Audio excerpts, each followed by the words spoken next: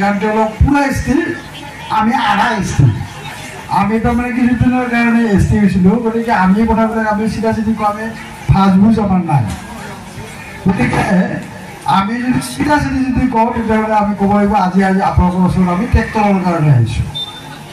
চিধা চিধি কথাটো ক'ব গ'লে আমি ট্ৰেক্টৰৰ কাৰণে আপোনালোকৰ ওচৰত আহিছোঁ। নিৰ্বাচন আহি আছে, নিৰ্বাচন হ'ব, নৱেম্বৰৰ নিৰ্বাচন হ'ব।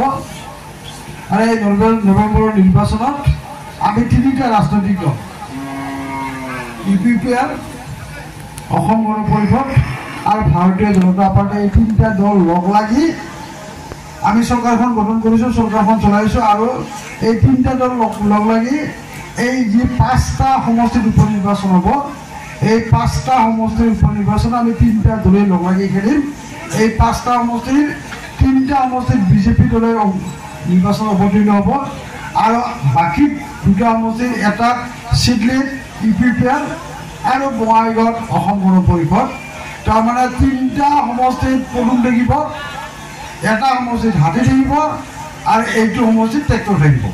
গতিকে আমি আচলতে ট্ৰেক্টৰক জিকোৱাৰ স্বাৰ্থত আমি আজি ইয়াতে কৰিছোঁ।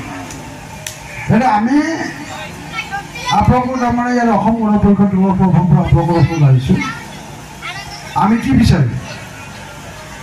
আমি বিচাৰোঁ যে অসম গণ পৰিষদ দল শক্তিশালী হওক।